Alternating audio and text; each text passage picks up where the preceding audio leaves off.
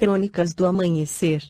Por Feijão, Centro Espírita Allan Kardec de Balneário Gaivota. Balneário Gaivota, 13 de dezembro de 2024. Médium Dona Isabel morre aos 100 anos em Minas Gerais, parte 5. A médium Isabel Salomão morreu na manhã de segunda-feira, 11/11, aos 100 anos, em Juiz de Fora, na zona da Mata Mineira. Ela estava internada em um hospital da cidade desde o início do mês. Ela é fundadora do Grupo Espírita Casa do Caminho, que comunicou seu desencarne. Dona Isabel, como é conhecida, deixa 5 filhos, 13 netos e 10 bisnetos.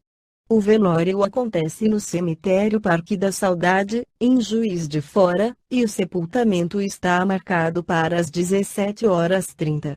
Filha de libaneses, ela nasceu em Rochedo de Minas, também na zona da Mata. Em setembro deste ano, havia comemorado 100 anos de idade. As primeiras manifestações mediúnicas surgiram na vida dela aos 9 anos, lembra a jornalista Daniela Arbex, que escreveu a biografia de Dona Isabel.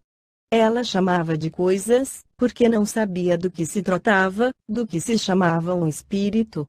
Só aos 22, quando conheceu o Dr. Vicente Ramazzini, que era chefe dela, descobriu que tinha uma religião que cuidava do caso dela, disse Arbex e a Folha.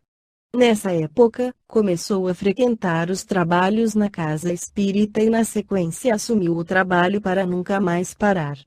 Arbex, que considera a Dona Isabel como uma das principais personalidades brasileiras do século XX, disse que o maior legado da médium é a caridade.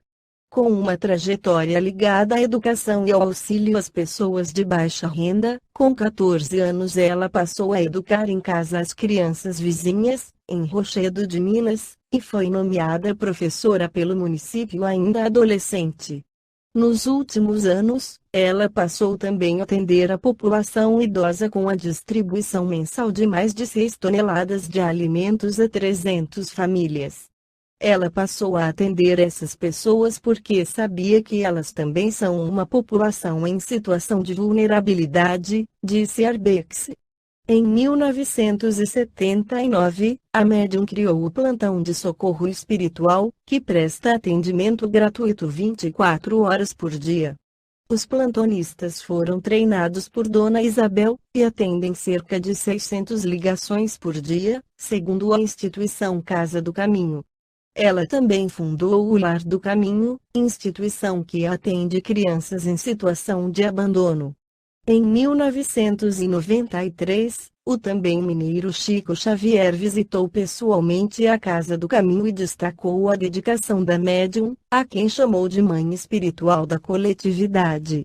No livro dos médiuns, Allan Kardec esclarece sobre a influência do exercício da mediunidade sobre a saúde, sobre o cérebro e sobre as crianças. Há sobrescrito. Será a faculdade mediúnica indício de um estado patológico qualquer, ou de um estado simplesmente anômalo?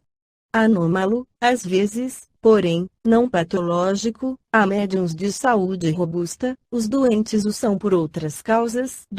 Há sobrescrito. O exercício da faculdade mediúnica pode causar fadiga. O exercício muito prolongado de qualquer faculdade acarreta fadiga. A mediunidade está no mesmo caso, principalmente a que se aplica aos efeitos físicos. Ela necessariamente ocasiona um dispêndio de fluido, que traz a fadiga, mas que se repara pelo repouso. Há sobrescrito. Pode o exercício da mediunidade ter, de si mesmo, inconveniente, do ponto de vista higiênico, abstração feita do abuso? Há casos em que é prudente, necessária mesmo, a abstenção, ou, pelo menos, o exercício moderado, tudo dependendo do estado físico e moral do médium. Aliás, em geral, o médium o sente, desde que experimente fadiga, deve abster-se. Há sobrescrito. Haverá pessoas para quem esse exercício seja mais inconveniente do que para outras. Já eu disse que isso depende do estado físico e moral do médium. Há pessoas relativamente às quais se devem evitar todas as causas de sobreexcitação e o exercício da mediunidade é uma delas. 5. A sobrescrito. Poderia a mediunidade produzir a loucura? Não mais do que qualquer outra coisa, desde que não haja predisposição para isso, em virtude de fraqueza cerebral. A mediunidade não produzirá a loucura, quando esta já não exista em germen, porém, existindo este, o bom senso está a dizer que se deve usar de cautelas, sob todos os pontos de vista, porquanto qualquer abalo pode ser prejudicial. 6. A sobrescrito. Haverá inconveniente em desenvolver-se a mediunidade nas crianças? Certamente sustento mesmo que é muito perigoso, pois que esses organismos débeis e delicados sofreriam por essa forma grandes abalos, e as respectivas imaginações excessivas sobre excitação. Assim, os pais prudentes devem afastá-las dessas ideias, ou, quando nada, não lhes falar do assunto, senão do ponto de vista das consequências morais. 7. A sobrescrito. Há, no entanto, crianças que são médiuns naturalmente, quer de efeitos físicos, quer de escrita e de visões. Apresenta isto mesmo inconveniente? Não, quando numa criança a faculdade se mostra espontânea, é que está na sua natureza e que a sua constituição se presta a isso. O mesmo não acontece, quando é provocada e sobreexcitada. Nota que a criança, que tem visões, geralmente não se impressiona com estas, que lhe parecem coisa naturalíssima, a que dá muito pouca atenção e quase sempre esquece. Mais tarde, o fato lhe volta à memória e ela o explica facilmente, se conhece o Espiritismo. 8. A sobrescrito. Em que idade se pode ocupar, sem inconvenientes, de mediunidade? Não há idade precisa, tudo dependendo inteiramente do desenvolvimento físico e, ainda mais, do desenvolvimento moral. Há crianças de 12 anos a quem tal coisa afetará menos do que algumas pessoas já feitas.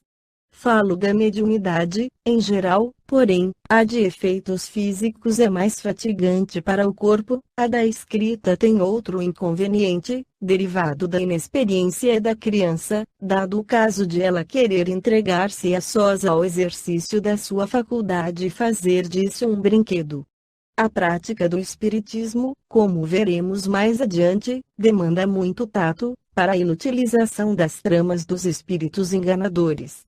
Se estes iludem a homens feitos, claro é que a infância e a juventude mais expostas se acham a ser vítimas deles.